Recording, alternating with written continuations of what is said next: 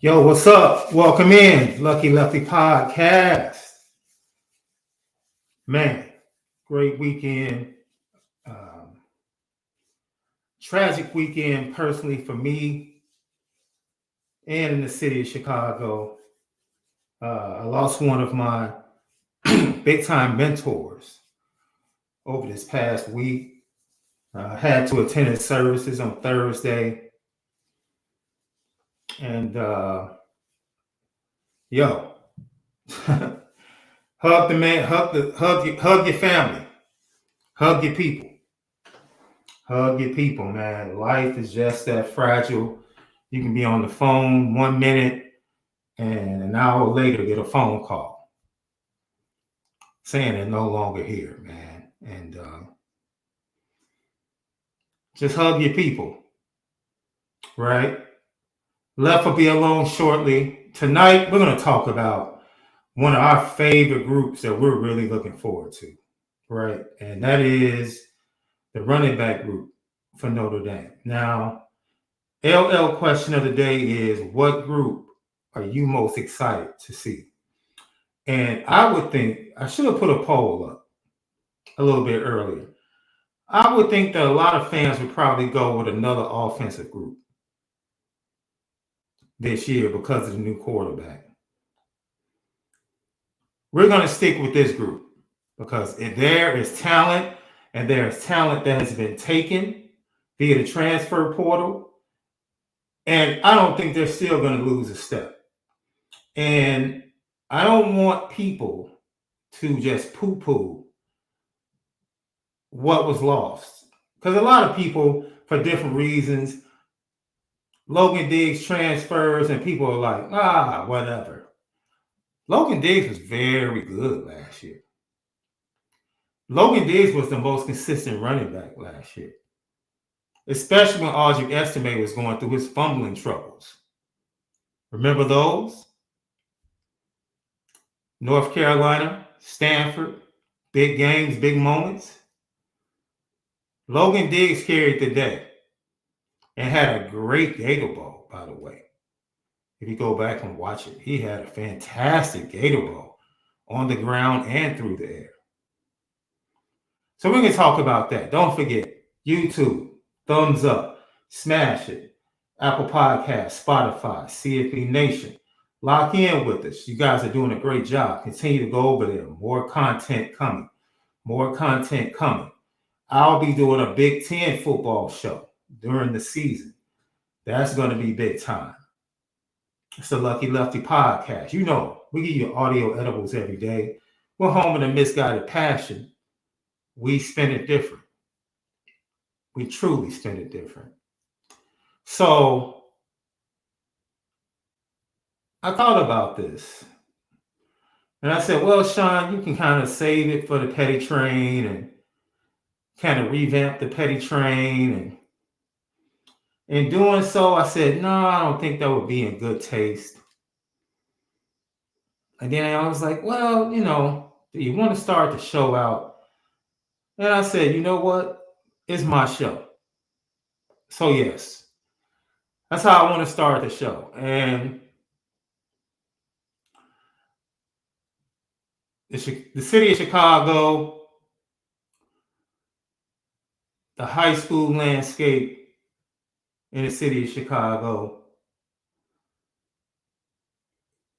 we're hurting. We're hurting and have been hurting since about 11 o'clock on Saturday night. When early Sunday morning, the buzz started to permeate through the city that Ashley Griggs, the mother of Chicago's own Ohio State wide receiver Carnell Tate, had been murdered in a drive-by shooting on the west side of Chicago.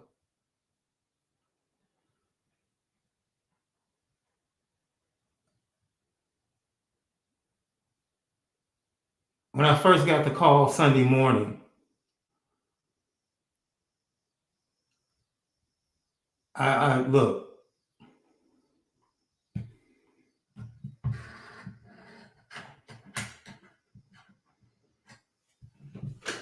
you would think that my thoughts went immediately to Carnell. And, I'll get to my brother in a minute, our little brother.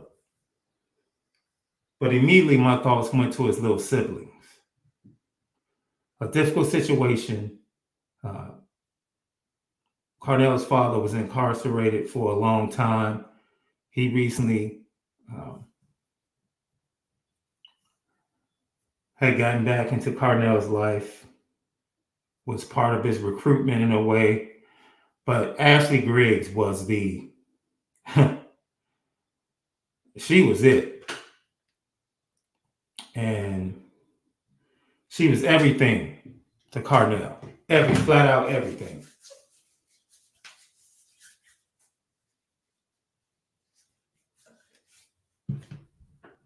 So, without really getting too deep into it, if you can support hashtag Pray for Carnell, you've seen recruits like Justin Scott speak up.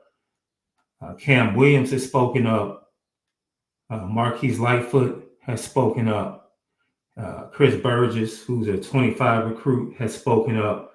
Chicago and all the main high school kids, programs, high school coaches have taken their time out to speak up and support for the young man. His grandmother has been an anchor in this time. She has really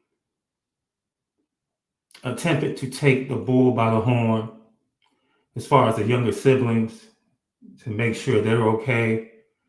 I'm sure they're going to need some type of therapy, our prayers, and everything else you can send their way and positivity in the days moving forward. Had an opportunity to eventually reach out and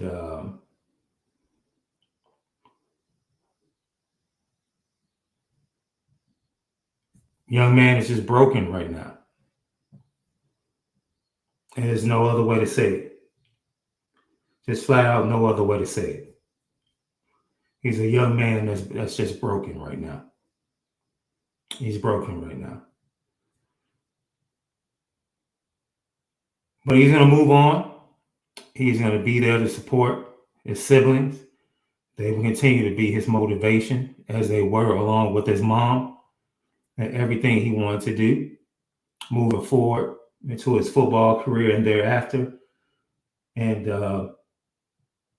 yeah, even if you're a Notre Dame fan, I pray that you can find a piece of your heart to send to that entire family and the tragedy that they're dealing with and suffering right now.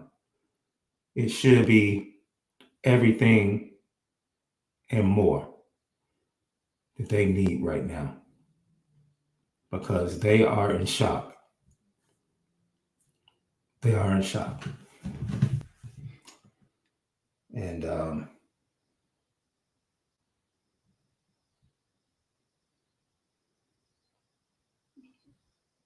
I'm in shock as well, man.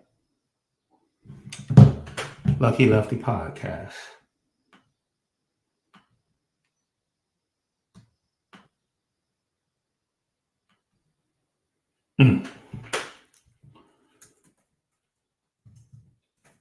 So we're talking about LL question of the day. What is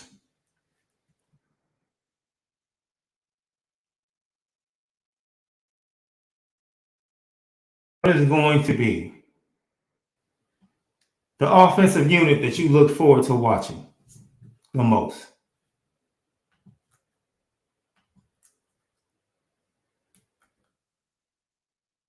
I'm interested to see what you guys are saying because I really should have put it out as a poll. We're going to get to the leftovers once Left actually gets here.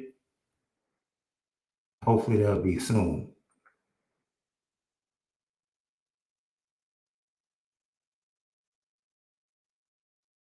One of the things that I do believe is that, oh man,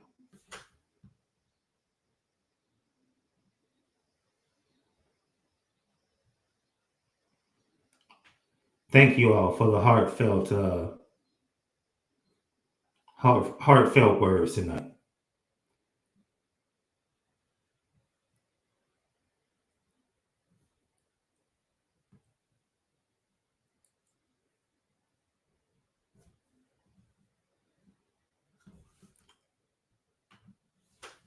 Brian Van Gorder's burner, thank you, man. Sam Hartman, he's looking forward to watching the quarterbacks. Josh Buffo, the motivational business banker, the wideouts, so we can see the ball out with a real quarterback and not a third string backup or run first quarterback.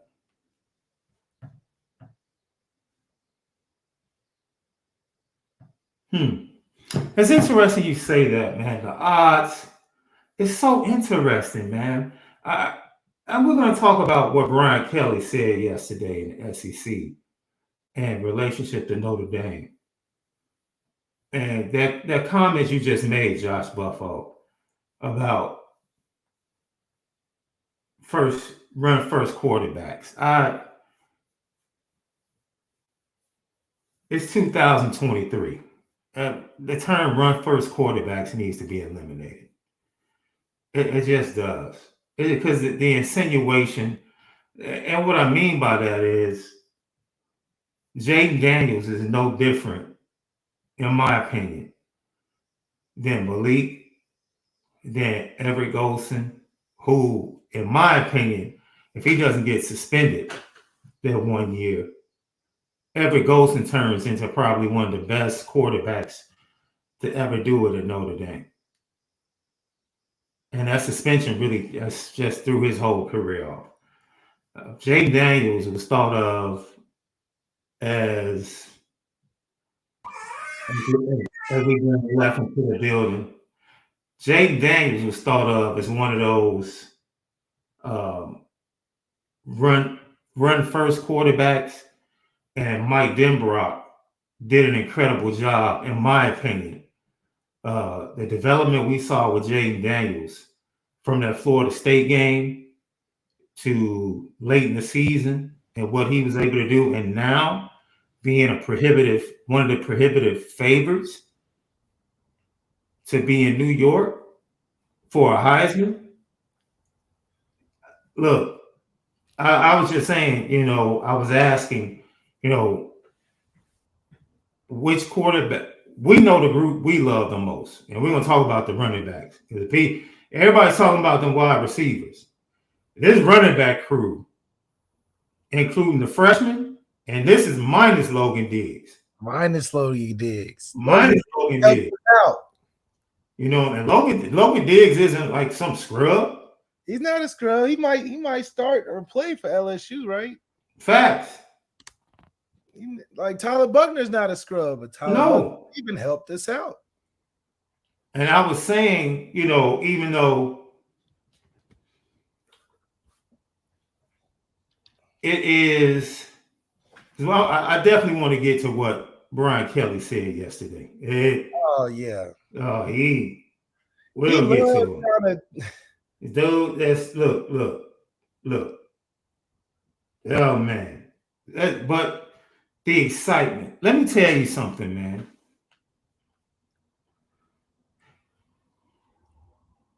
Running back, let me tell you about Dylan McCullough. Being able to sit and watch Dylan McCullough coach. Year one. Year one, I knew that Audric Estime and Logan Diggs were going to be better. I'm talking about this is in fall camp. Yep. Year one, I'm like, okay. Audric Estime is about to, as I said before you joined, Left, Audric Estime had his fumbling issues. Yes, North Carolina, Stanford, big fumble. Yes, he did. But the improvements you saw, by the time he got to Syracuse, and they just dominated Syracuse. Yeah, but by the time the team got to Syracuse, yes, he turned over a new leaf. Yes. So the excitement when you hear that this offense is going, even with Sam Hartman, when you hear that this offense is going to be O-line driven, when you come to understand that Sam Hartman has never been in an unbalanced offense, even when he was at Wake Forest, the ratio was just about 51-49. Yeah. Okay. So they're not about to just hand the ball over to Sam Hartman and say throw the ball 60% of the time. No. Not with Marcus Freeman at the head, and not with Jared Parker as the OC. So when we talk about wanting to see the wide receivers, to me, you're wanting to see big plays from the wide receivers. Yep. Right? Because I just don't see, the ball going up a lot. I just don't. And we rented Sam Hartman for 3 games. Like this is a transaction, Sam. This is it. This is it. And on top of that, this is the question we ask LL fans, right? Because I want to get to the leftovers. Some of the comments after the show, our last show, because this is going to blend in to our running back conversation. The wide receivers have so much excitement. I can't hang my hat on nobody, left. Yeah, I can't. I can't. And if LL Nation and Notre Dame fans would be totally honest, they can't hang their hat on anybody either. They can't. Vegas can't even hang their hat on nobody right now. They can't even hang their hat on Sam. Not with the over-under numbers they put out.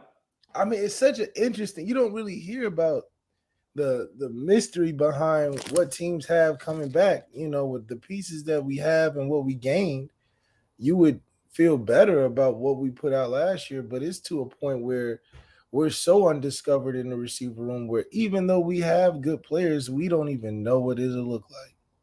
Even though we have a capable quarterback now, we can't even see what that would look like, even if we had to predict it. That spells huge problems in identity when it comes to what were we doing on offense that took us so far to the left or to the right, where we're thinking, where could this even evolve to? Yeah. Jared Parker, it sounds good. You evolving, it sounds good saying it. When you read on the transcript, we're evolving to a bigger pass game, developing a pass game. Got a better quarterback for it, and we did. Mm-hmm. But it's so mysterious as to how we're going to look as a result, because we're so extremely trying to do something different here by Vegas standards, at least, that going from running to a passing offense, it's a stalemate. Now, how many things in life have you ever heard that doesn't get better or worse? I've never seen Vegas say, oh, they'll stay the exact same. Mm-hmm. With all the moves, losing the all-time sack leader and nothing changed, not even going down. We lose an all-time sack leader. We use a bunch of experience, some veteran guys. We got a younger team, and nothing changes. And these are some of the smartest people in Vegas, and they can't even figure out the trajectory of this Notre Dame team with the moves that we made. What does that say about Marcus Freeman? Is that a belief factor? Like, should fans feel better that we haven't got better or worse in a whole year? Okay, so we know that's not true. You either get better or worse. There is no staying the same. So for everybody thinking it's just going to be the same, I just find that a real huge story going through fall camp and going to the first game of the season. At this point, all you estimate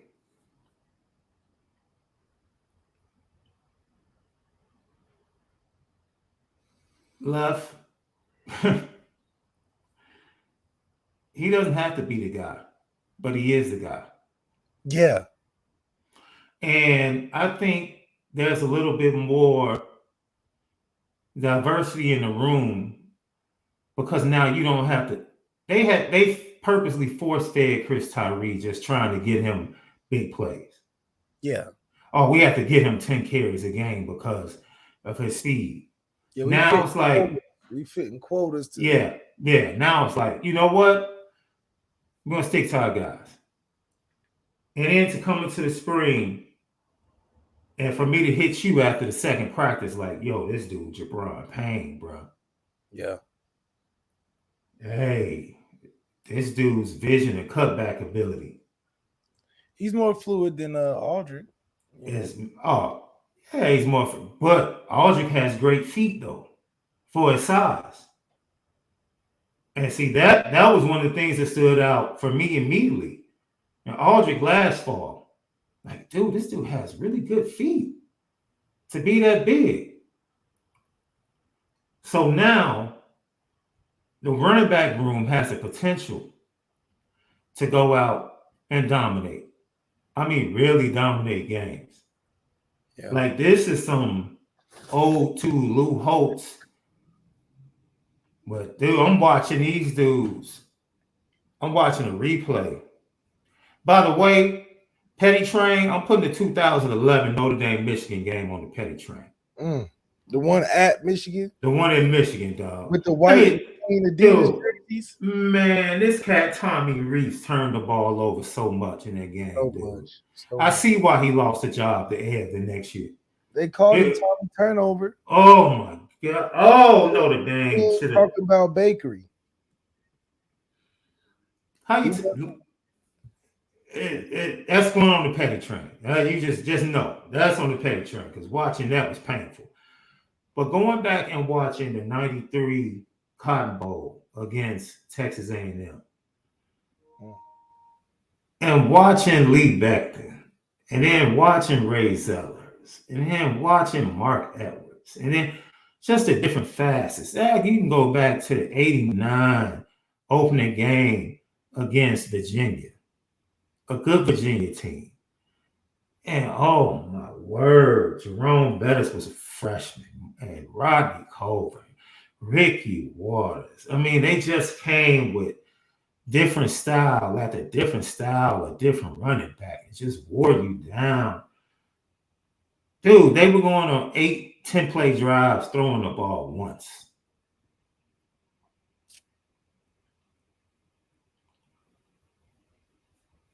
That's that power versus force right there. They dude. They tell you they running.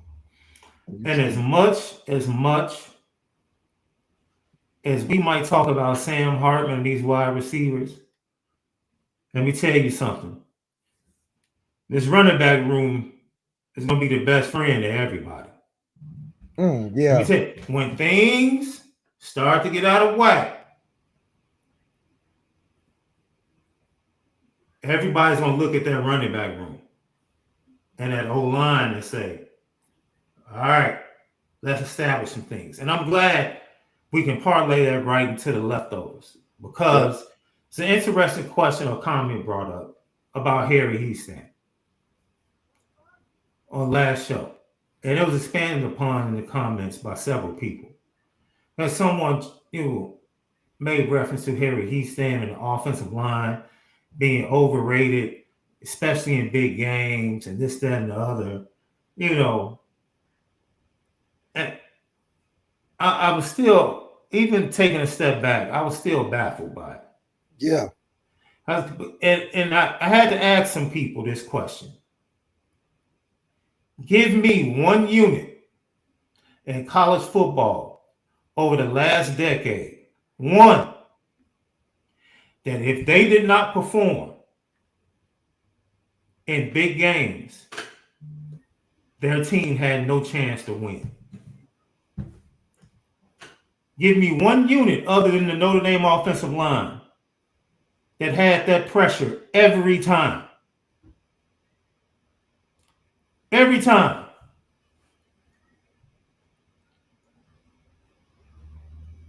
Yeah. If O-line didn't show up to play, I mean, even when they was faltering, under. I just took it to a national. I took the question and I was like, you know what? Let me take this to a national. Well, hell, Lincoln Riley and the quarterbacks that played for him. That's a good call, Left. That's a darn good call. Because it was all about his quarterbacks, bro. Because that Oklahoma defense wasn't doing a darn thing. And they weren't doing a darn thing in the Big 12. That's crazy. But I had to take it to a national landscape, Left. Yeah. It's like you're not close. You're not close against Georgia if that offensive line doesn't stalemate. Right. Both times. That's true. This is my issue. And this is why we really gonna get into Brian Kelly, bro. Okay.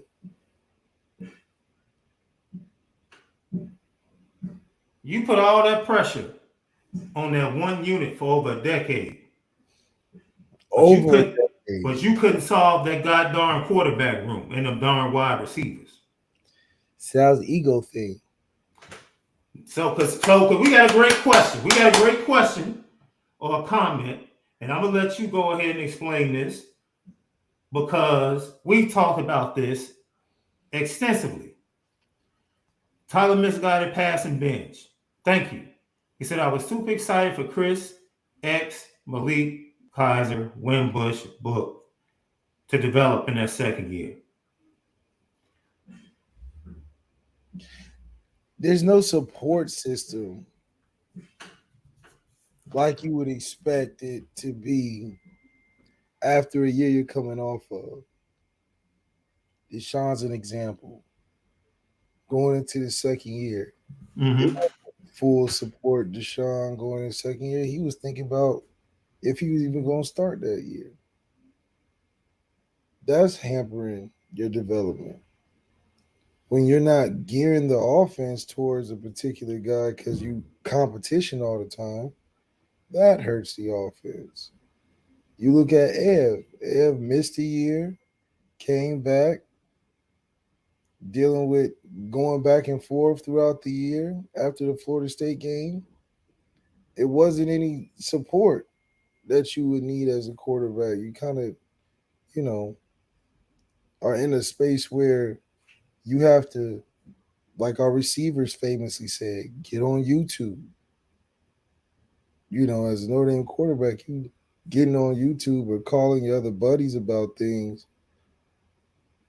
It's really a feast or famine type of position you put in. You really looked at as a professional. And in the room that we had, it wasn't professionals in there. Everybody's trying to get it. And the passive aggressiveness and the unknown. Going to each meeting, you don't know what you're going to get. So I do think never having an identity once you had a quarterback affected a lot. And then just the volatile change in decision making on who's going to play, who's not going to play, how y'all going to make it work, how y'all can't make it work, the response to things, momentum. Those aren't things that are Brian Kelly's specialty. So, now, let me look, I blame Tommy was a turnover machine. That's what Tommy knew the offense. Tommy would get you into the right plays.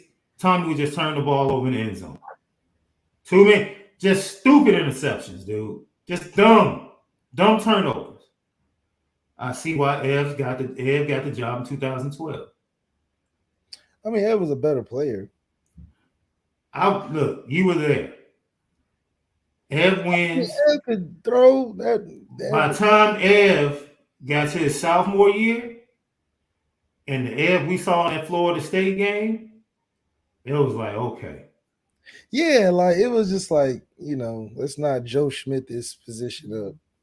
We got to put the better guy in, but you start to see better results. So Ev was not a regression in year 2. No. Ev got better. And then Ev just messed up his own. He just messed up his own career. Yeah. I mean, you off the He field. went out there with that dude with the broomstick coaching quarterbacks, all of that foolishness. Ev just kind of messed up his own career. Yeah. Deshaun comes in, and Deshaun comes into a situation where that dude is surrounded by so much talent. Yeah. Deshaun couldn't mess that up. It's like you don't need no steak sauce for that steak.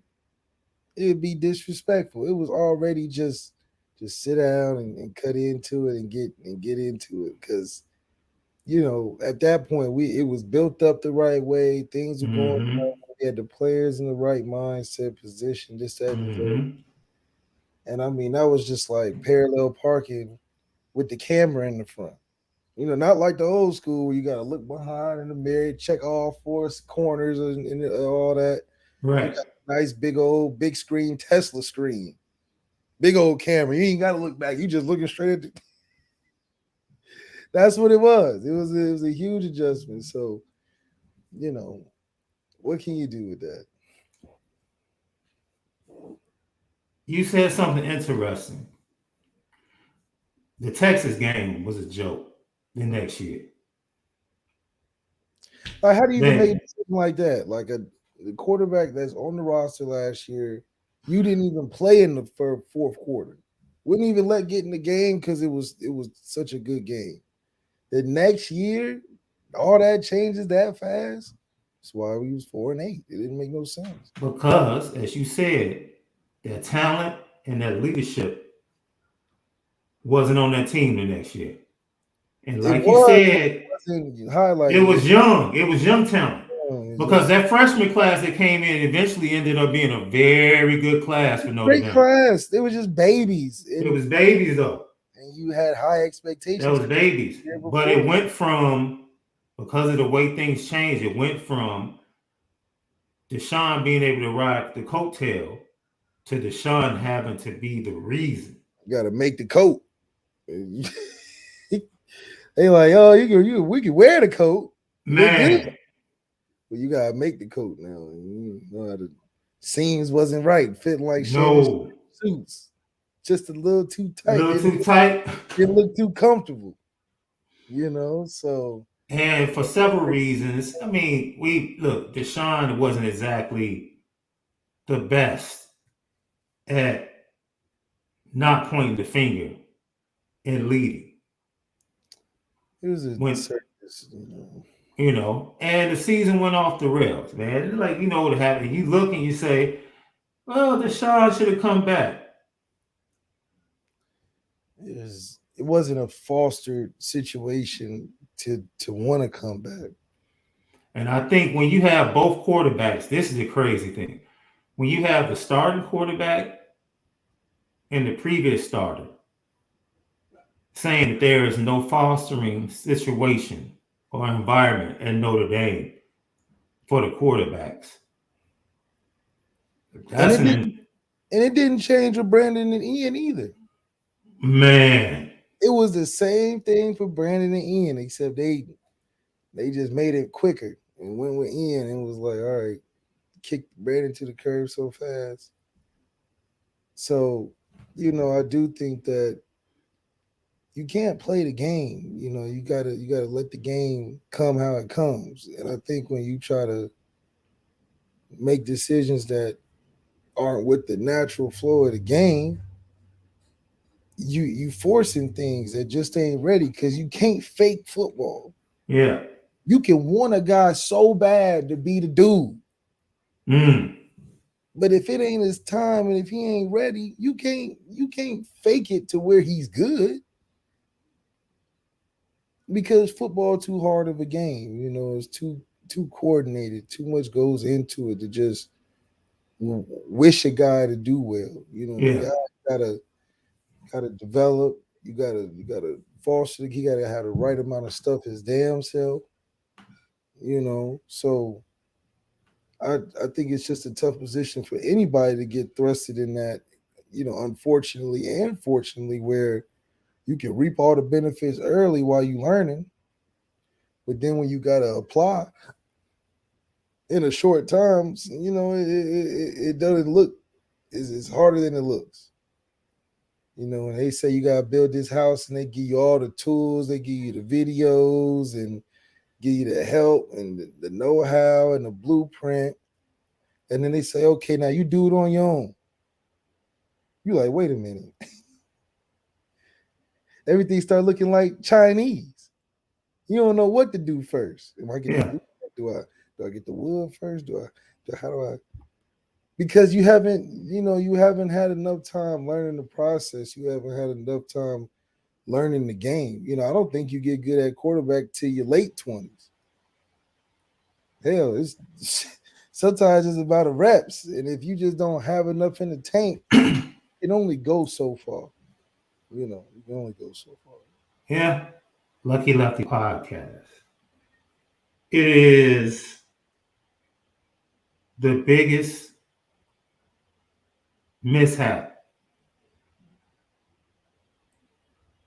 in Notre Dame history, at least for the last decade. Just simply not solving the wide receiver and quarterback situation. That's it. How?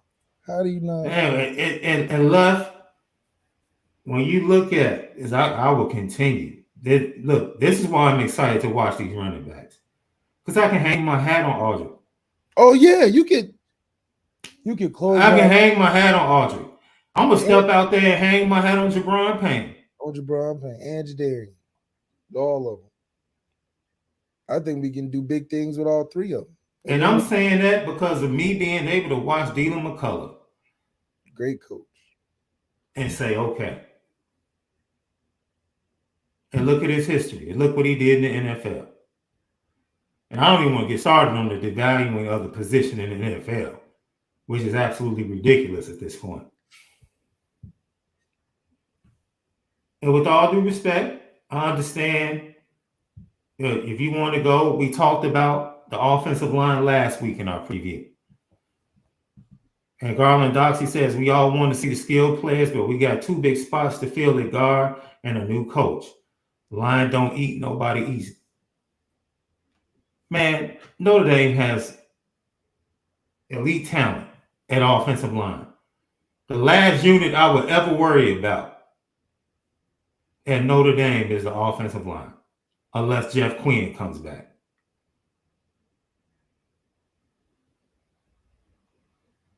Period. And once again, if we go into a season saying, oh, the Notre Dame line has to eat, Clemson doesn't say that. Alabama doesn't say that. Georgia doesn't say that. All they ask their O-line to do, just hope, man. Just break even. Just break even. Win 50%. That's it. Just break even. That's it. You know why? Because we got talent. We got talent at the skill positions. Extreme talent. They can make plays. They can take advantage of defenses. We don't need our O-line to go out there and just dominate. But Notre Dame fans, oh boy. If this O-line don't dominate, man. We're like an NBA team in the 90s trying to play in the 2000s and 20s. We heavy big man focus. The big man ain't shooting no threes. We can't win on dunks and post moves all game. We got to get a shooter. We just got to get a shooter. We are hype on having the big man of the year. He a double-double, 30 rebounds, 20 points. And we losing each game by 40 because we can't shoot threes. That's a great analogy, Left. That is a great analogy. We are, man. We like the Detroit Pistons. You're Chicago Bulls. You get the Chicago, the mid-range Marauders. That's exactly what they are. That's exactly what they are. The mid-range Marauders. We're gonna eat the box score up in that mid-range, boy. We're gonna get all the post moves, the big man of the year award. We're gonna all of that, rebounds and all that. Ain't got no 3-point shooting. None. Kate scoring 70 and 80 a game. Getting outscored by 20 from the line, 3-point line every game. Every game. As soon as you step on the court, you minus 20 points. And we not even getting enough shots up. That's the problem. No. We want to run all this offense, work the low post all day, work the elbow the low post game, and score a bunch of 2 points. And we're not even getting enough. Teams are running transition. What do they call it? A double back, shoot 3, get back, shoot another one. We got to start shooting threes. Coach Freeman is looking like Coach Thibodeau out there, just want to coach physicality and defense. We got to score to win, though. Keeping Cam Reddish on the bench. Why? That's like us keeping Tobias Merriweather. Why are we keeping Cam Reddish on the bench? He's out of rotation. Evan Fournier out of rotation. Why? For RJ Barrett, who is terrible? Salerno playing over Tobias? Why? Why is Cam Reddish on the bench? That's why he went to the LA. LeBron gonna get him right now. You gonna look Cam Reddish gonna look like Danny Green out there. That's all LeBron needs. Just kick it out, Cam. Just keep him away from the dispensaries, bro. That's all I'm saying.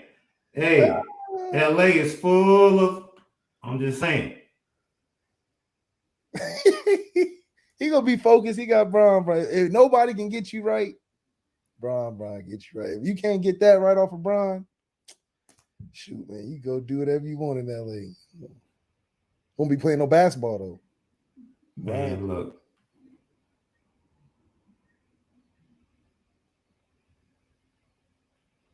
So we definitely need to be able to evolve with the game. I think Alabama left a bad scar on us in 2012, where they ran up and down the field on us, and we thought that was the blueprint to success. But the next year, Alabama evolved. They said, yeah, we tired of running all over y'all. We're going to switch it up. Because that's where the game going. And 2012 stuck on Brian Kelly's mind ever since. He said, we got to run the football to victory. But unfortunately, just a little bit too late. Now we wearing overalls and pajama pants and MC Hammer pants to school, thinking it's the fashion. You're just a decade too late. Just a decade too late. The champion jackets, the vintage, just a decade too late. Now you're lame. Now we look lame to the world. We out here wearing the Birkenstocks. Got to update. So I do think it's important for us, keeping that in mind in the focus of the future. Notre Dame brought up destroying. Social media influencer, does a lot of football content. That's good for the campus. Kids eat that up. It's good to see us having that in mind, bringing a guy like Destroying to Notre Dame to kind of liven the perspective, because we need that. Mm-hmm. Yeah. Hey, man. It is, without a doubt, an exciting time to be a Notre Dame fan. That's right. An exciting time to really look at this running back room. I understand the question. Look, you're going to have brand new starters. Look, this is my thing on the offensive line. I went and I watched Josh Lugg and Jared Patterson run at their pro days, and I turned to my guys and said, oh, Notre Dame's going to be more athletic next year. Because as slow as these dudes are, they were all leadership. They were seniors. They were slow. Slow. They couldn't get to the second level. They couldn't move. Joe Rudolph has a room where he can get some young guys that are more athletic that can actually move, do what he wants to do, and support having great tackles. What are we really talking about? Our concern are the two guards when you have one of the best centers in the country and two of the best tackles in the country. You think I'm about to sit up here and lose sleep over the guard play? Yeah.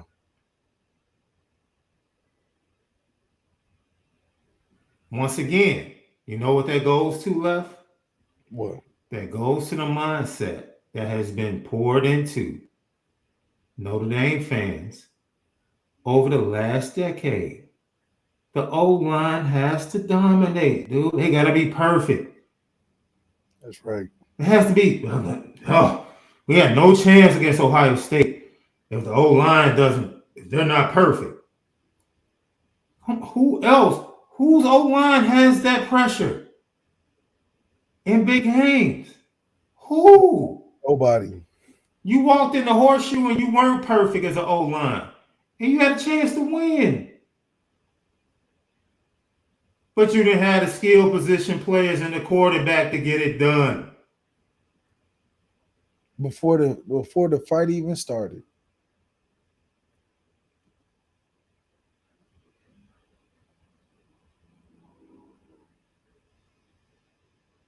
Shame.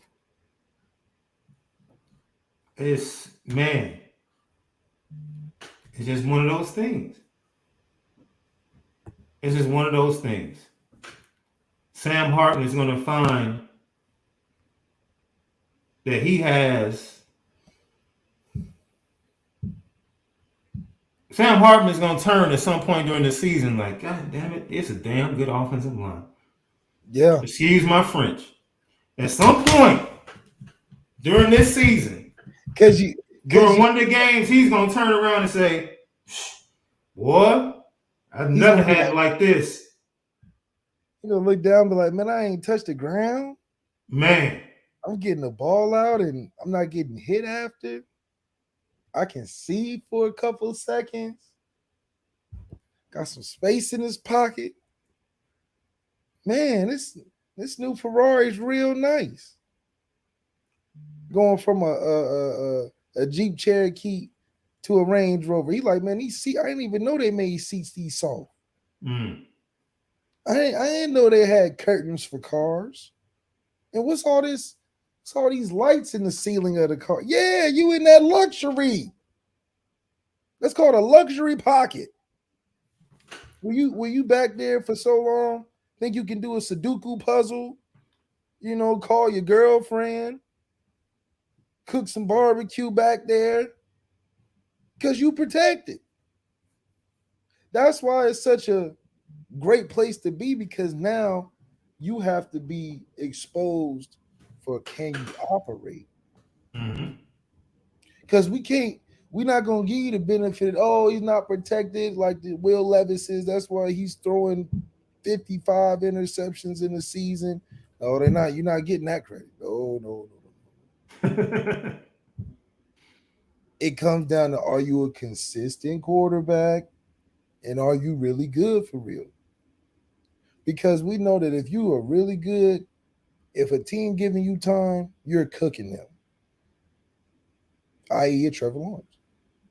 I.e. a CJ Stroud. You give them enough time, they're going to cook you. Not every quarterback can cook you consistently. So you throw a guy like Sam Hartman in there who's very capable. Obviously, all the numbers prove it. But now you give him a chance to operate, and he can operate at his fullest potential. What are you going to make of that? Now, when you got 20 turnovers, i.e. Ev, i.e. Tommy, i.e. Chris, i.e. Brandon Wimbush, hell, Deshaun was racking up some before he got out of there. Now they're going to be like, oh, what's the problem? It ain't protection. You just giving it away. See, and that's a different experience now.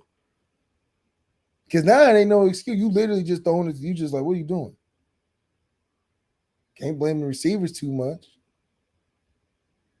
But this is why not everybody's capable.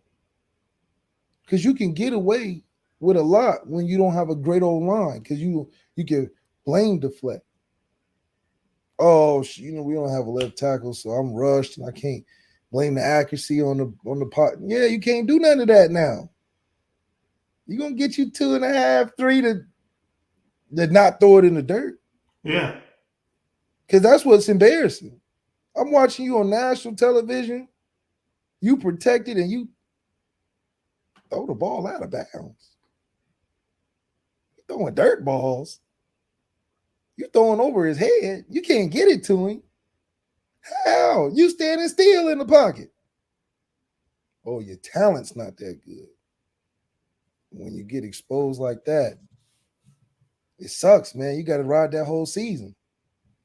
Now your stats are accumulating in sacks, getting in fights at the bar, the people talking that cash, crazy stuff about you because you losing their money, throwing picks at the end of the game.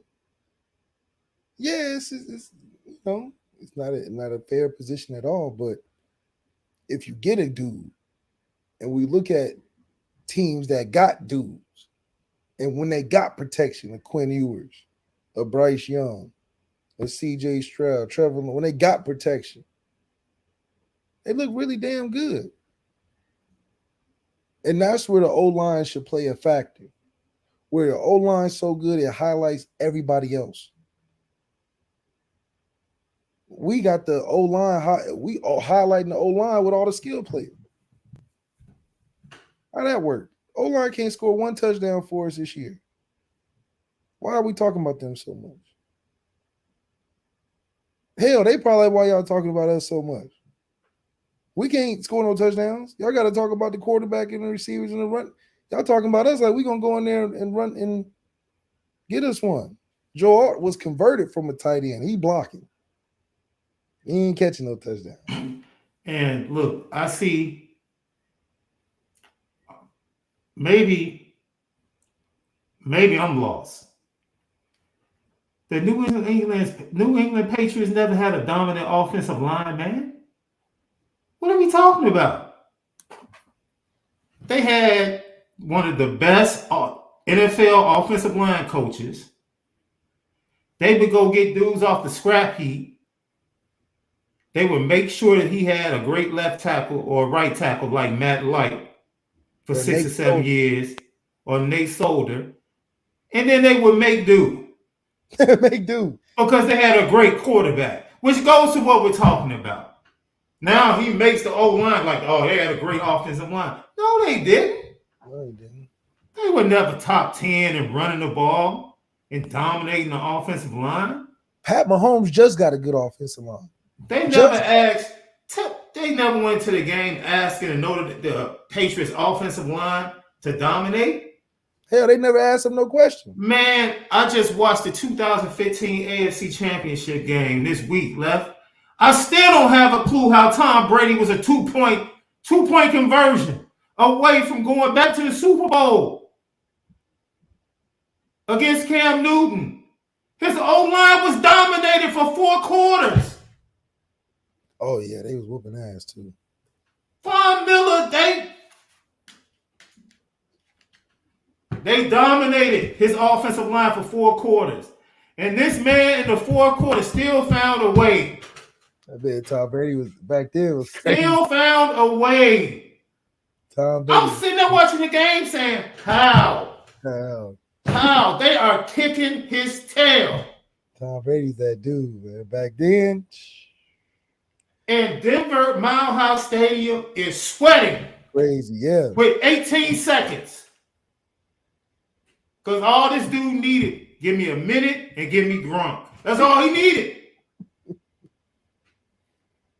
I'll figure it out. He was cooking. This O-line is trash today. I'm going to figure it out. Yeah, it don't matter. I'm gonna figure it out. I'm Tom Brady, man. Man, dude, when you got a great quarterback and a great skill player, wait, hold on. Hell, he Look, almost beat the Rams the last year. Also came back also. and you know the craziest thing about Tom Brady's career? When he had the most talent as an offense, he lost the Super Bowl to the Giants. Yeah. The irony. But they were undefeated too, so it's not like they was trash or nothing. They was undefeated. And you got so many of these NFL teams that will go out, build up all these great offensive lines. Well, man, look, the Patriots, dude, Marcus Cannon was like the right tackle. Yeah. And he was trash. They gave him Nate Solder or Todd Light. They had the best offensive line coach in the NFL for a decade. Yeah. And they would go get free agents. Yeah, just and guys, and they would coach them up. And then they would say, hey, listen to him in the huddle. Yeah. That's a big boost, though. That's it. Listen to him in the huddle. You know, and it was frustrating to watch. Because you're sitting there saying, this whole line is not that good. How are they doing this? How are they doing this? And that's what we're saying. Notre Dame's running game has been asked to carry the water for so long, man. So long. Every big game, if we don't run the ball, we ain't got no chance. That's it. That's all we talk about. Hell, that's what we talked about for the Ohio State game. Hell, if we don't run that ball and take some shots after running the football, we ain't gonna win. If we don't have no running game, we ain't got a chance. We have to be speaking in light of, man, don't single cover our X receiver. Man, I hope you don't think you're going to man up all game. Man, you're going to have to get Sam on the ground if you want to beat us because we scoring every possession. Those are the type of things you want to be going into a game with. When you go into a game in 2023, 2024, talking about, man, we're going to run the ball 50 times a day. You're not going to win. I'll tell you one thing. The cat Logan Diggs halfway through the season is going to be like, man, this ain't Joe Alton, Blake Fisher. I can tell you that. Hell no, he definitely. I can tell you that. It's going to be a big difference for him. He's going to recognize real quick this offensive line, they don't ask them to block like they ask our offensive line to block in Notre Dame. No. They big and freaky though. Oh, they're gonna be huge. That's what they do. They go get real big offensive linemen. Semi-coach them, let the other talent fill in the other. That's it. Cracks. That's it. I'm excited to watch this Notre Dame running back room because I think they have the potential to be explosive. You remember that season Josh Adams was just popping off 50, 60, 70 yarders, bro? And you just like, what no? And they go to Miami. Miami's like, yo, this cat, he is not busting off runs against us. And you missed two big plays early to get on the board and change the entire tenure of that game. You have to have the quarterback and the skill players in big games. There's no other way you can get around it. Teams are not about to let you just line up and run the ball. I don't care how talented your offensive line is. Well, except if you join. And dude, that Clemson game last year, that's an anomaly, bro. That doesn't happen. We're not doing that 10 out of 10. No, try that again this year at Clemson. Hell no. Try it again.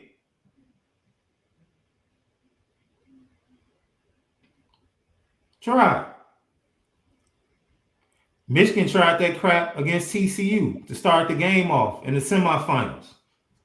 Found themselves down big, trying to line up and just run the ball. They moved the ball. They couldn't score when they got in the red zone.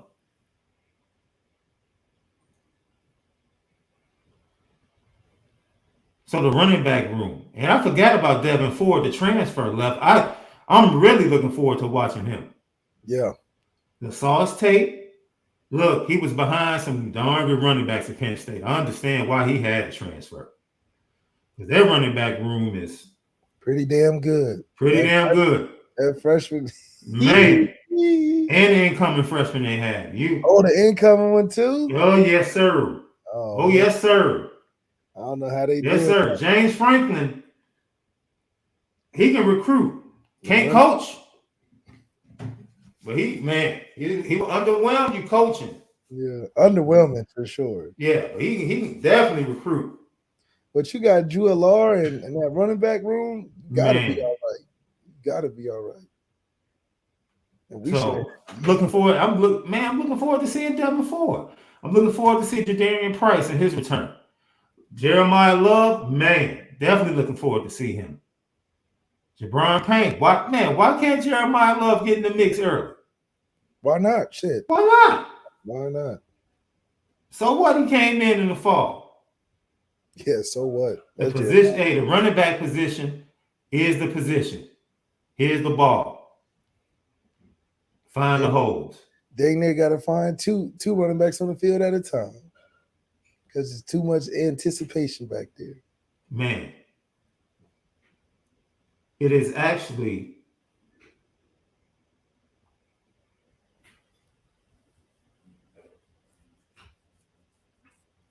as I said before, the most anticipation I have going into practices next week, left as they begin. I cannot wait to see Dylan McCullough taking these kids through drills, being able to watch their feet, being able to watch how they're going to be used. I can't wait.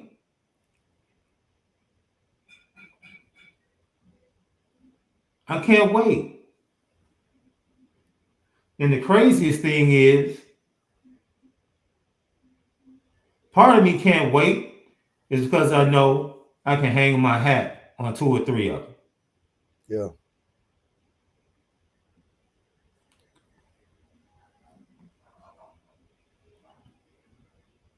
Because I've seen freshmen. Dude, your first start, this cat Josh Adams gets his first touchdown as a freshman. Yep. First carry. That's Notre Dame. That's Notre Dame. That's what they do. What we do? That's what they do. Running backs and old linemen, they come here and they shine early. Tight ends. But that's not going to win you championships. Man.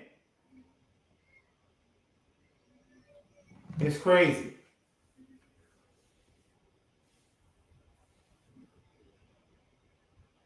And this is the challenge moving forward.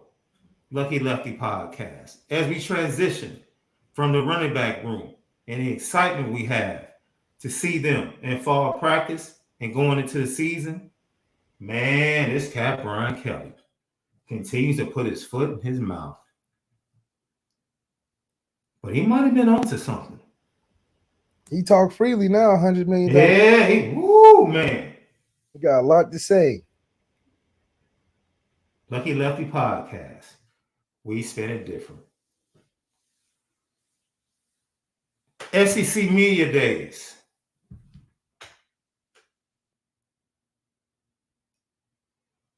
As we return, Nashville. It's very interesting to see Brian Kelly being favored in the SEC East Team made it to the championship, lost to Georgia, But but everybody here they, Georgia. yeah, yeah, yeah, yeah. But he sits down with the media yesterday, and can I read this quote to you, love? The spicy quotes from Brian Kelly. I would say the biggest one, other than small narrative that I gave you, is that I had to be on a plane and I had to pull the best player out of California, out of Texas, out of New Jersey. I don't have to do that at LSU. The best player in the state of Louisiana, if we do a really good job recruiting him, he wants to be a Tiger. That's a difference that more than anything else allows you to really focus on what's important within your program, and that is the state of Louisiana and player development. Now, the player development part is hilarious to me because he hadn't developed one darn quarterback during his time in Notre Dame. That's right. But I will say, because I'm going to really give Mike Denbrock most of the credit. They've done a good job with Jaden Daniels, who, by the way, we both loved when he jumped in the portal. And a lot of people said, nah, the same way we both love Michael Penix. And most people said, nah. I'm like, all right.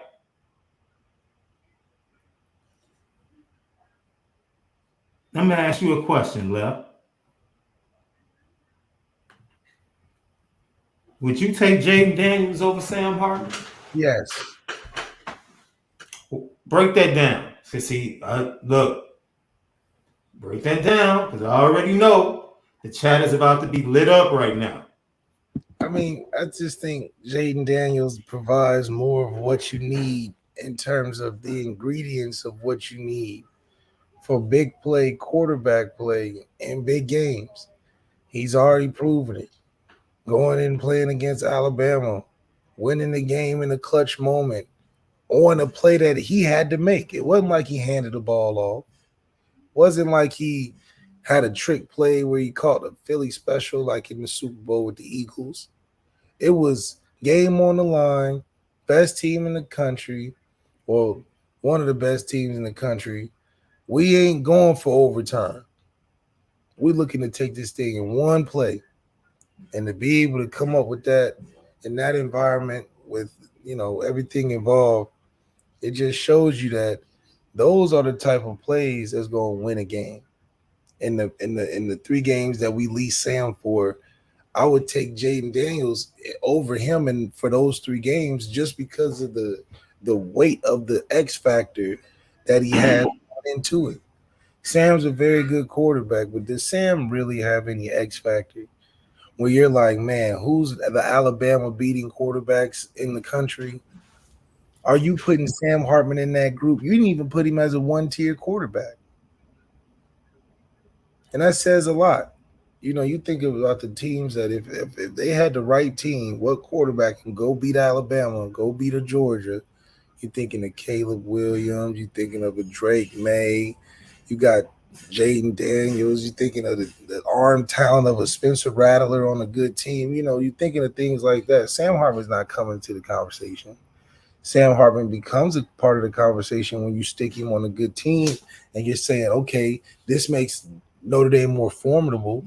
But if Notre Dame was a Lincoln Riley school where we're just producing quarterback after quarterback, Sam Hartman's not fitting into that group. We would say that's taking a step down. If we was a Clemson and we're getting a Deshaun Watson, a Trevor Lawrence, a Kelly Bryant, back to back to back, and then you're going to put Sam Hartman in there and say he's a savior? No, you wouldn't say he's a savior. You'd say, oh, that's just another quarterback we're reloading and this, that, and the third. But when you get a guy that is a bona fide first round, bona fide top pick of the draft, this, that, and the third, not only does he make your team better, but he makes the games and the big play. He makes the big plays and the big games that you need worth everything that you buying for. You can feel comfortable going in there because if when in doubt, they're gonna make a play in which way or however. And Sam, if Sam's not in that perfect structure, that great game plan where things are spelled out and things are off schedule, not that you got to run around, but is Sam going to bring you that extra piece? Because those are the plays that's going to get you those wins over those good teams. Yeah. And, you knew the debate in the chat would heat up. And it's interesting because on the surface of quarterback, I understand why people would take Sam Hartman on the surface. Yeah. Let me explain it to you like this, love. And we're trying to pull the mind of people away from what has been drilled in to this program. We already talked about it with the O-line and the running backs. Same thing applies with quarterback. Same thing applies. Sam Hartman is a quarterback where things have to be right around him, bro. Yeah. Just like CJ Carr. What are we saying? If that O-line does not play, if that O-line does not play well this year, Sam Hartman is going to struggle. 100%. That means he's dependent. Was Jaden Daniels O-line good? Do we even know if they O-line? We don't know. He's dependent. His success is dependent on that O-line and that running game at Notre Dame. I don't care about that. Whatever you want to say about him. His success has dependency on that O-line and that running game. What you just pointed out, Left, is that Jaden Daniels might not be as sharp, might not be as good of a passer as Sam Hartman. You go through all the different areas, the stats and everything. Like, oh man, Sam Hartman's a much better quarterback by the book. But Sam Hartman can't go get you a bucket in the fourth quarter. I'm talking about ISO, man-to-man. Sam Hartman ain't the type of quarterback that's going to go get you a bucket.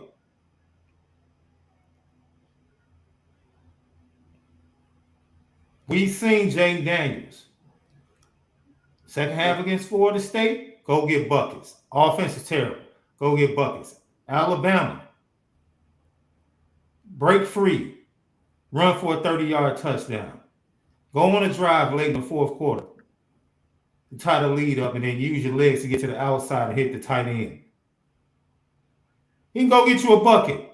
That's just the type of route. So now it's about preference and winning games. Somebody said Stetson Bennett. Stetson Bennett will go get you a bucket. His athleticism, his ability to make plays, off schedule. Off schedule. Running game's been struggling all night.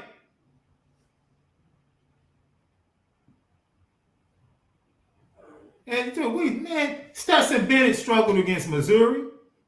Stetson Bennett struggled against 2 other games. That dude struggled against like one of their warm-ups early in the season.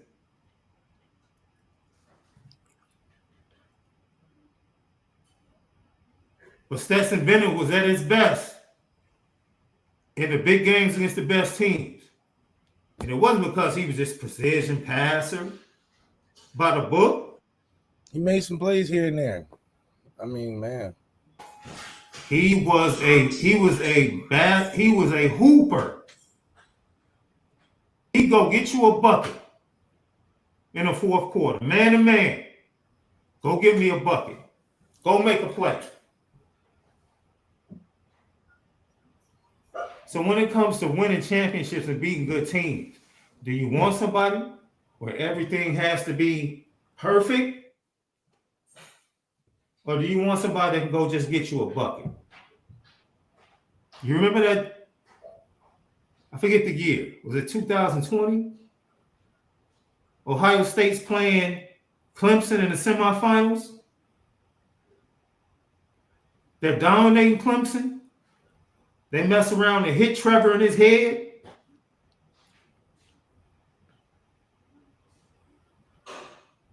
And that cat Trevor came out and just went bonkers. Like the next, the 2 plays later, left. Went crazy. You know what? I'm about to hoop. Because this, depending upon this game plan we got, this O line and all that, no. They ain't on it tonight. I gotta go get some buckets. I gotta go make some plays. I gotta become Allen Iverson in the finals in game 1 against the Lakers. I gotta go get some buckets.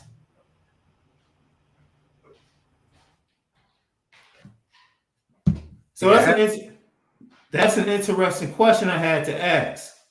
Because it's really not about, for me, thinking Jay Daniels is a better quarterback by the book than Sam Hartman. But if I'm playing a good team, and I know if I'm playing Ohio State and I know I need 2 to 3 off the script plays in a game that can make a difference, if you'd have asked me who would I like, I just might say Jay Daniels. Yeah.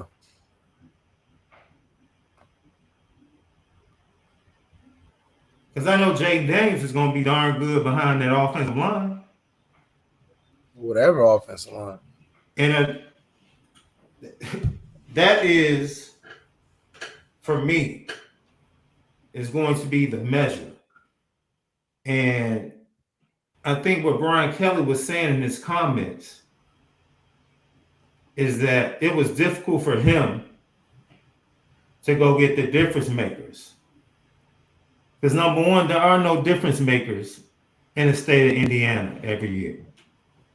Yeah. That's not high school football in Indiana.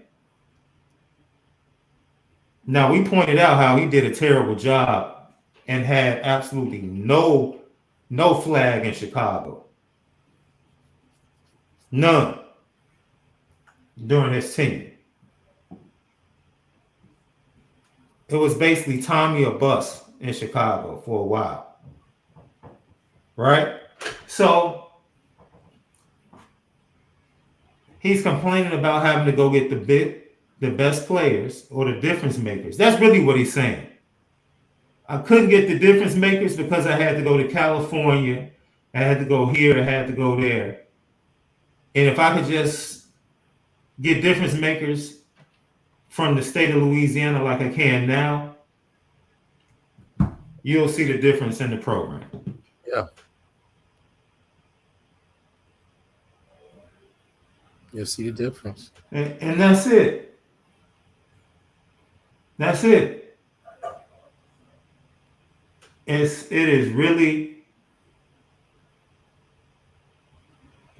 it's simple. It's just the game is really simple.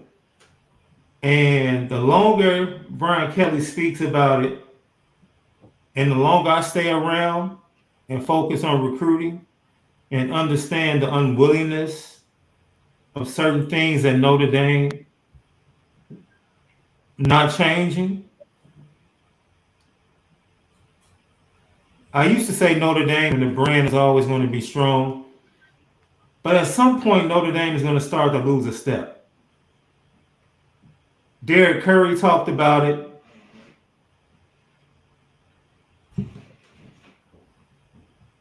The transfer portal, Notre Dame can't really do what they need to do.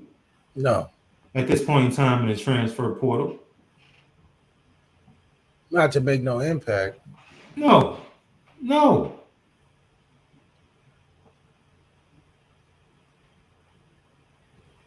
But now, every now and then you'll get a Michael Mayer as a true freshman that steps on the field and you're like, oh snap, this dude is killing. Michael Floyd might have been the last freshman wide receiver that stepped on the field and just, man.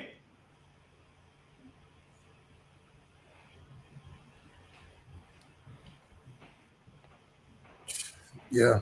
I mean, it really comes down to the whole, you have to make a splash somewhere. This whole building teams on veteran leadership, trust, and all this is Yeah. partially good, Yeah.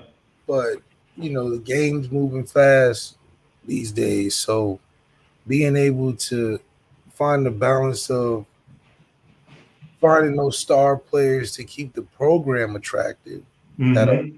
that you're recruiting, because it's one thing to win the battle of recruiting some of these kids, but then being able to display these kids for the future kids in effect, you need to be able to have some kind of semblance towards that. If you're just getting all these top kids and you don't see the kids again for 2 or 3 years, you're not going to build a program off of that, because the top kid is going to be like, man, didn't I see him in 2 years ago? He was a 5 star. Now he's finally playing. I don't want to be a part of that. Facts. The game's too fast these days, and the teams that have been winning have figured out the formula of having enough youth but balancing it out with elite players that make those youth players better, i.e., Justin Scott. How easy of a recruitment is that? You're a great player looking to play when you get there, but you got better players there that can help you get adjusted and acclimated and look and have some type of example on what things look like when you get to school. You don't want to go there and be the best player before you even touch on the field, and then guys looking at you all crazy. Yeah, but so for us, Justin Scott Pulley would have liked to see a Tyson Ford blow up. Mm. What if Tyson Ford filled out and had a great little rookie year? Or Jason Anye got on earlier, or he sees a Jordan Patello going crazy. These are things that, as a team, you have to make an impact if you want a chance in recruiting, because everybody's watching. Everybody's watching to see how recruiting translates to on the field. And hell, Alabama broke the floodgates when you had two freshmen scored a game-winning touchdown in the national championship. That's the best recruiting tape of all time. Literally, the best recruiting tape of all time is you inserting your freshman quarterback who hasn't played. Turned into 3 years of the best wide receiver core I've seen in college football, and got Mac Jones drafted in the first round. It got Mac Jones drafted because they put the freshman receiver in that was probably a 5 star in high school. Didn't even have no tape or nothing, just naked out there, fresh, jersey clean as ever, and combined it with another freshman and say, y'all go out there and score the game winning touchdown, light my recruiting on fire. It's How do you beat that? Come to Alabama where you can play and change the game as a true freshman. You're not leaving out of here without a couple rings and championship things. That prolongs a program way beyond the future. Marcus Freeman's got to get a couple of those breaks. He's got to get a couple first round draft picks. He's got to pull off a couple huge wins. He's got to play a couple of true freshmen and make impacts. That's the only way it's going to happen. Because you can't keep talking good forever because it runs out. It is the entire ecosystem.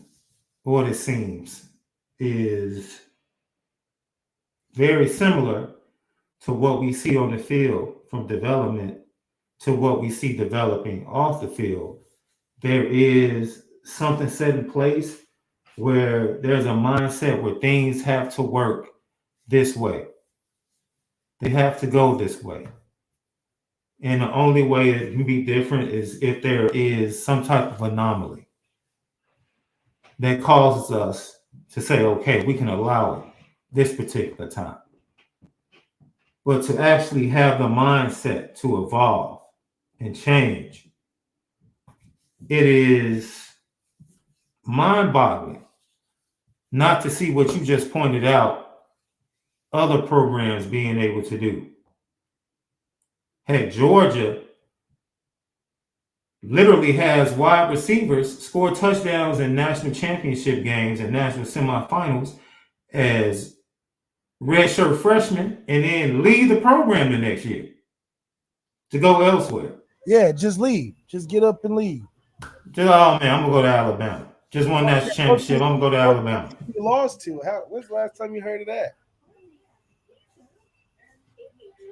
And I think that's just a microcosm of knowing why you're going to the school. Notre Dame is selling a long vacation. They said, "Oh, you're here. It's not a 3 and out. What do you mean? You're in the dorm still in 3 years.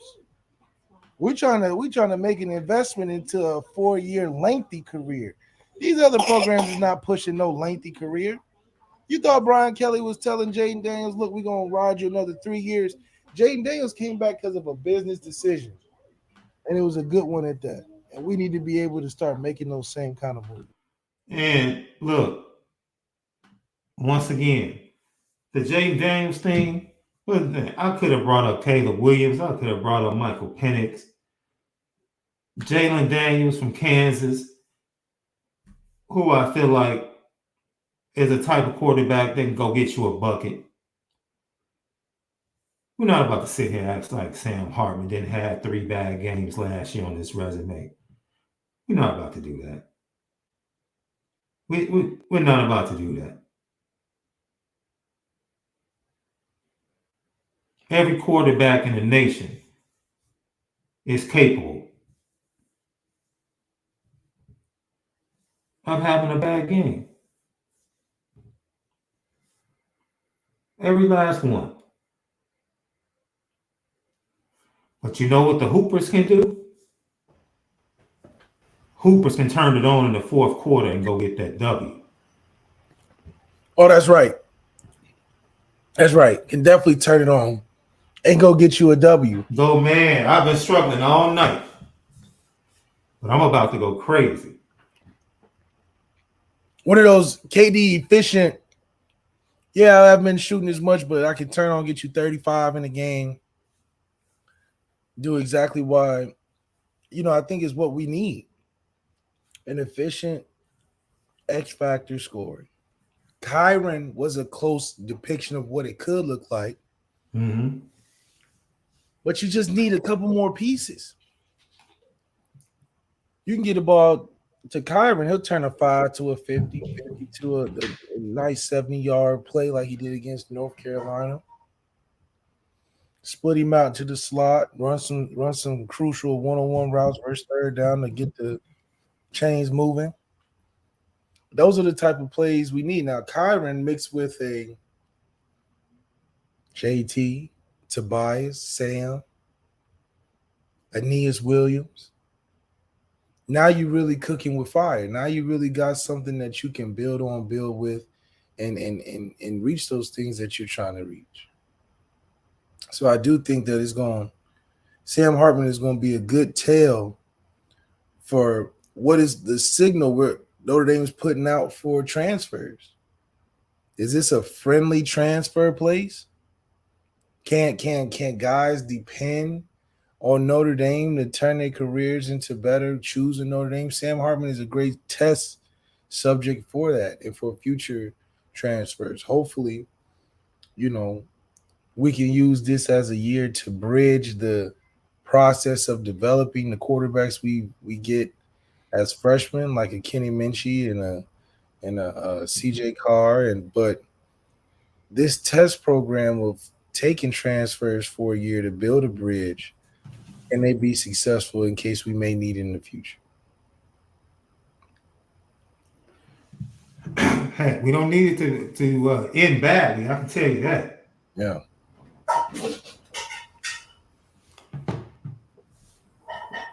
That's a fact. In closing, the whole big picture, we use our running back room to point out that, hey, that's what we hang our hat on. That's what Notre Dame fans hang their hat on. Running game and defense. That's the way it's been. For years. It's 2023. Your quarterback, it's an improvement.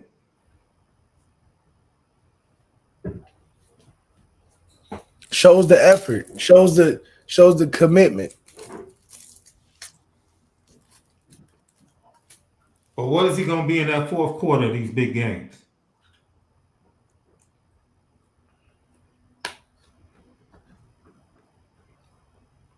See, we can talk about that O-line.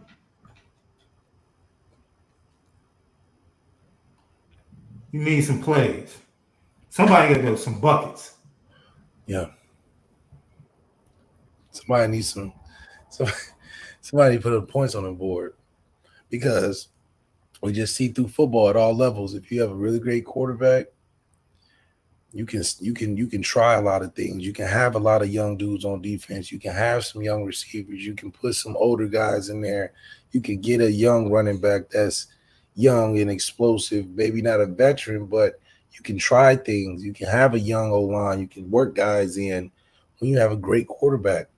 And I think Sam, as good as he's supplementing us, is just like a protein shake. It ain't a meal. It's a meal replacement. It's a meal replacement. That's good. That's good. That's pretty good, Left.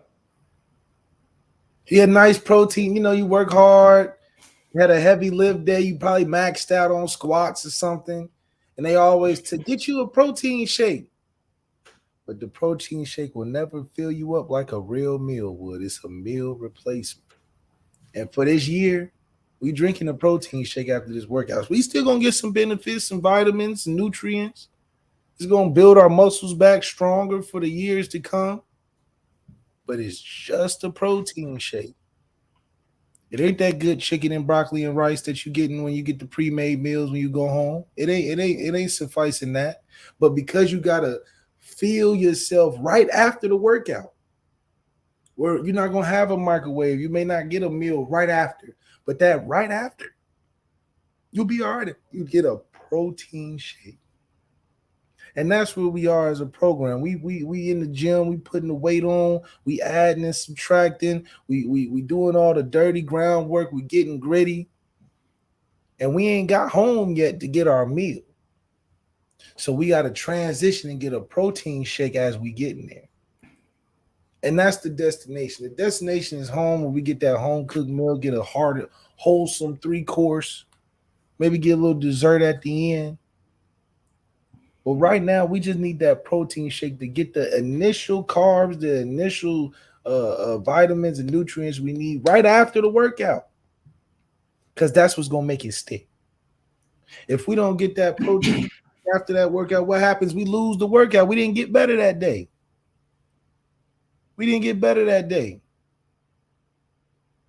And that's what Marcus Freeman is not trying to do. Marcus Freeman is trying to get better each day.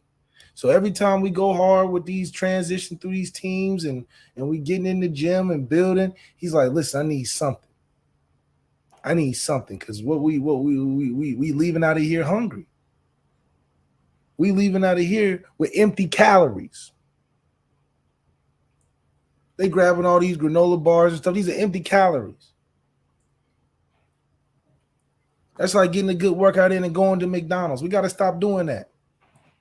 Get you a protein shake that can transition you, get you through, bridge the gap till you get that meal that'll satisfy you. And that's our quarterback that we've been cooking and developing in the oven for a year while we get that protein shake. Because when Gino Gaduli bring that meal out of that oven, it better be done. And it better feed the whole house. Don't just get a little TV dinner where it just feeds for a little bit. Yeah, you cooked it, but you had to defrost it, so it ain't the same process. We want a full cooked meal. You know them little TikTok videos where they putting the butter on the steak. When they cooking it in the skillet, they just dumping the butter. We need some of that, the process. They even cut the little thyme and throw it on. I don't even know how it affects the steak, but they threw that just for effects. We need all the fixings. What they say when you go over your mom's house on Sunday, I say I need a big dinner with all the fixings. And that's quarterback development. That's crafting and creating the quarterback that's really good for our offense as we're drinking that protein shake, because the protein shake can get it done. It's a meal replacement. It ain't a meal. It's a stand-in. It's a stunt double. Mm. You know how you shooting a scene. Those scenes be long time. The main actor like, man, let me go get a break. I need my stand-in. He ain't me. He don't know the lines. He ain't showing up on the camera. But for the work in the background, he has to suffice. So yeah, we didn't hire Leonardo DiCaprio, but we got a nice stand-in that'll make it all right. And that's why the fan base should be excited about Deuce Knight. That's why you get excited when you watch his film. Because he can go get buckets in the fourth quarter. That's right. Against good teams. And that's what you see. Yeah. Everything doesn't have to be perfect. When a team messes up, he can go make a play. Heck, we watched it last year. First half. Notre Dame was chasing Caleb Williams all over the place. USC offensive line was horrible. Horrible. Didn't make a difference. Caleb Williams said, look, watch me go get these buckets. I mean, he was dancing, sliding in bounds. Put the Heisman in on the having a good old time. It is what it is.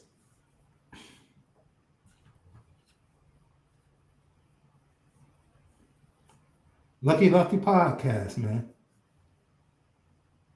Never losing a step. Even though they lost Logan Diggs, this running back room, they gonna make it do what it do, baby. That's right.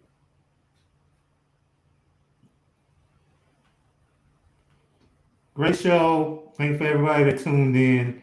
Don't forget, YouTube, slam, thumb, Apple Podcasts, Spotify. Man. Audio edibles each and every day, CFB Nation. You know what time it is.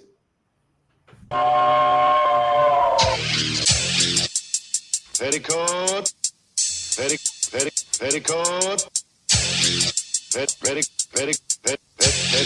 Petticoat Junction. It's time to get petty. Oh, we did a good job executing. Are you upset with something? And fire up the Petticoat Junction train. I just don't like you. You don't? No. What is today's petty historic? Petty Junction.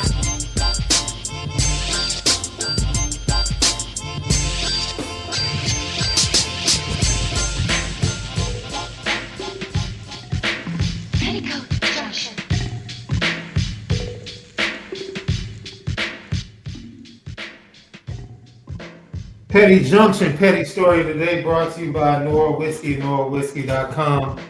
That premium American whiskey, OnoraWhiskey.com. My co-host goes on the petty train, man. He keeps sending me these Chicago Bears stuff over the weekend, man. You know, I'm going to funerals, coming home from funerals, hearing dealing with the Carnell Tate situation with the death of his mom up here, man. Crazy. How your mom get caught in the crossfires? That's what they said, right? Got caught in the crossfire or something. She was the only one that died. See, that's crazy. Like, Three other people got shot. She was the only one that was fatally injured. That's crazy.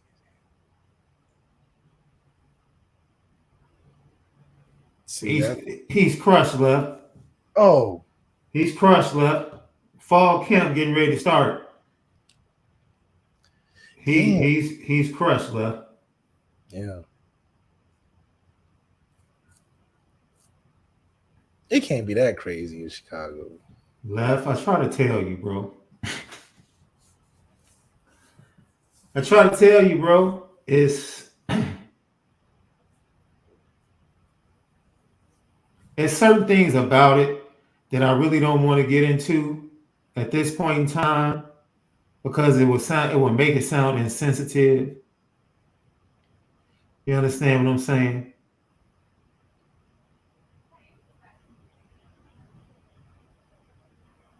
It's yeah, man.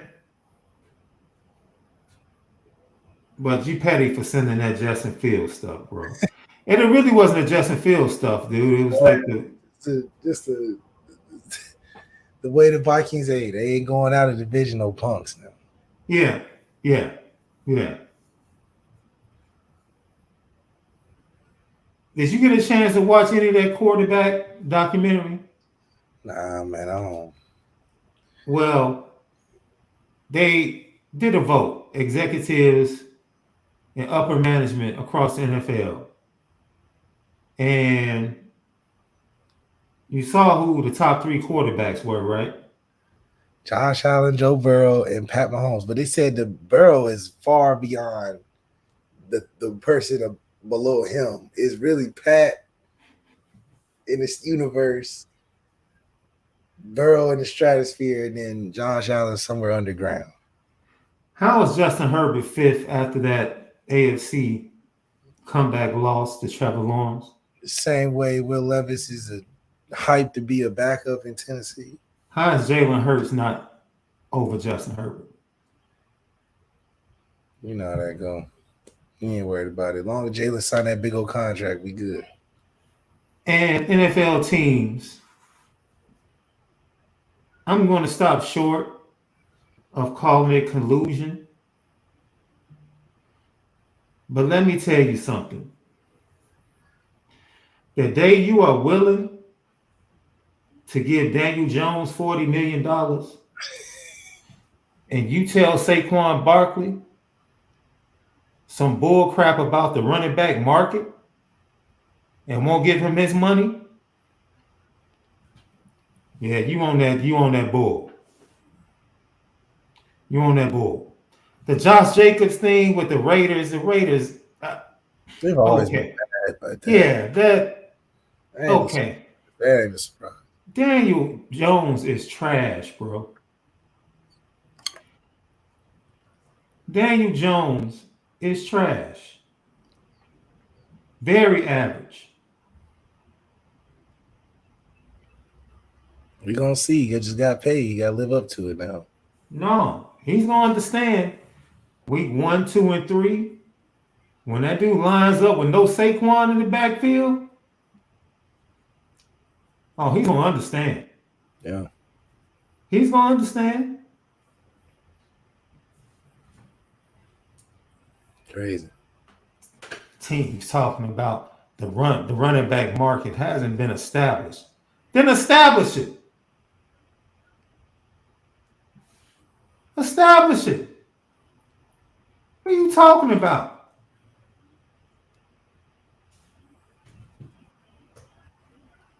This man is your team, bro. He is your team. And everybody knows it. Everybody in that locker room knows it. Yeah. That's how they gonna have a terrible season this year. They messing up their team chemistry, that's for sure. Tony Pollard signed his what? He gets $10 million for signing his offer sheet. And they gonna get another running back next year. But he's coming off of that. He's coming off that ankle injury. He probably had a little more motivation to sign his $10 million. Saquon has already torn his ACL. So he's like, give me my money. Both of them. Or same one twice or something. So Saquon's like, I need my money now. All right, we're not playing this game. Give me my money now. And he deserves it. Well, he deserves it. We gonna see. Crazy. It's ridiculous, bro. See, this is the problem. This is the problem, Left. That's the problem. Because Daniel Jones is not a $40 million quarterback, bro. He's not. But the market. Well, the quarterback market bears and shows that, you know, he won this many games, that many games. Okay. All right. He did go on the road and beat Kirk Cousins. Just like to point that out. Yeah, that was a terrible game. Yeah. Kirk Cousins has one playoff win in 12 seasons. Hey, we just got to win a division. I know. They trade, and they just have, look, Kirk Cousins is so great. We can go ahead and trade our most explosive player. Yeah. Outside of Justin Jefferson. Just, we don't need him. We don't need that running back. No. We don't need him. Eat first Cousins. Yeah. We got Kirk Cousins. We're good. That's right. He ain't Pat, dog. Come on. He ain't Pat. He's not. Who was that? And then Matt Miller, NFL draft scout, had the audacity to try and use the Kansas City Chiefs as an example of why you don't need a great running back. Exactly. What? Come on, dude. A generational quarterback, a generational head coach, and a generational tight end with a great offensive line. What are you talking about? What are you talking about? Put him on the petty train, too, for that crap. Every running back responded to that dude. Like, what? Crazy. It's crazy, bro. Crazy. Last but not least, they say the Detroit Lions. They say the Detroit Lions are going to be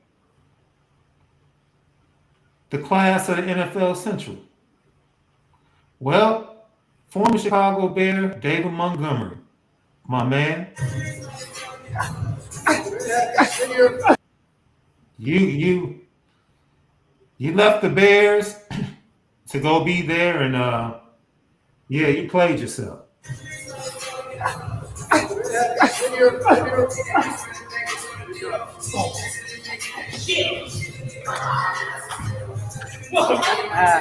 That's right. Well, I know that guy. I know that guy that was on there. But yeah, you know, I think at the end of the day, Lions, Bears, Tigers, they all stink. So great way to end the show.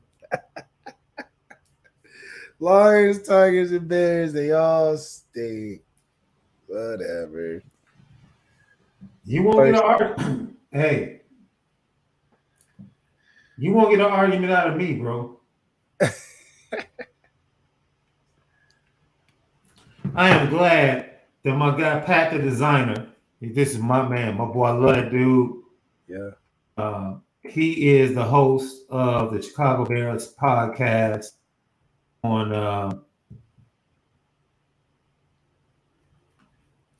ESPN 1000 in Chicago, and him and Lance Briggs, they decided to dispel some of the stuff that upset you, Left. Because remember all the stuff you were hearing about Chase Claypool, and you were like, yo, what is going on? And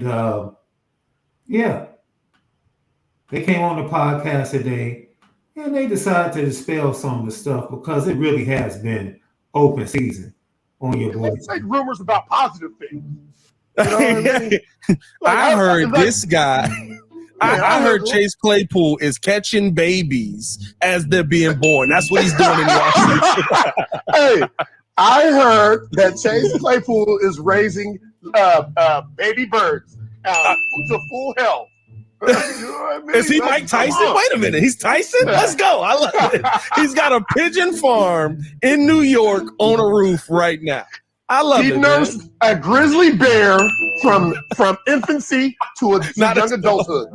That's the one. Chase Claypool is best friends with an actual bear. What? You can't get more bear down than that. You can't get more bear-like than that. Let's Hey, I like the effort, even though they did it in the comedy. I like the fact that they went the distance, man, trying to make sure that Chase Claypool was getting some positive vibes outside of that crap that was going on. Absolutely amazing.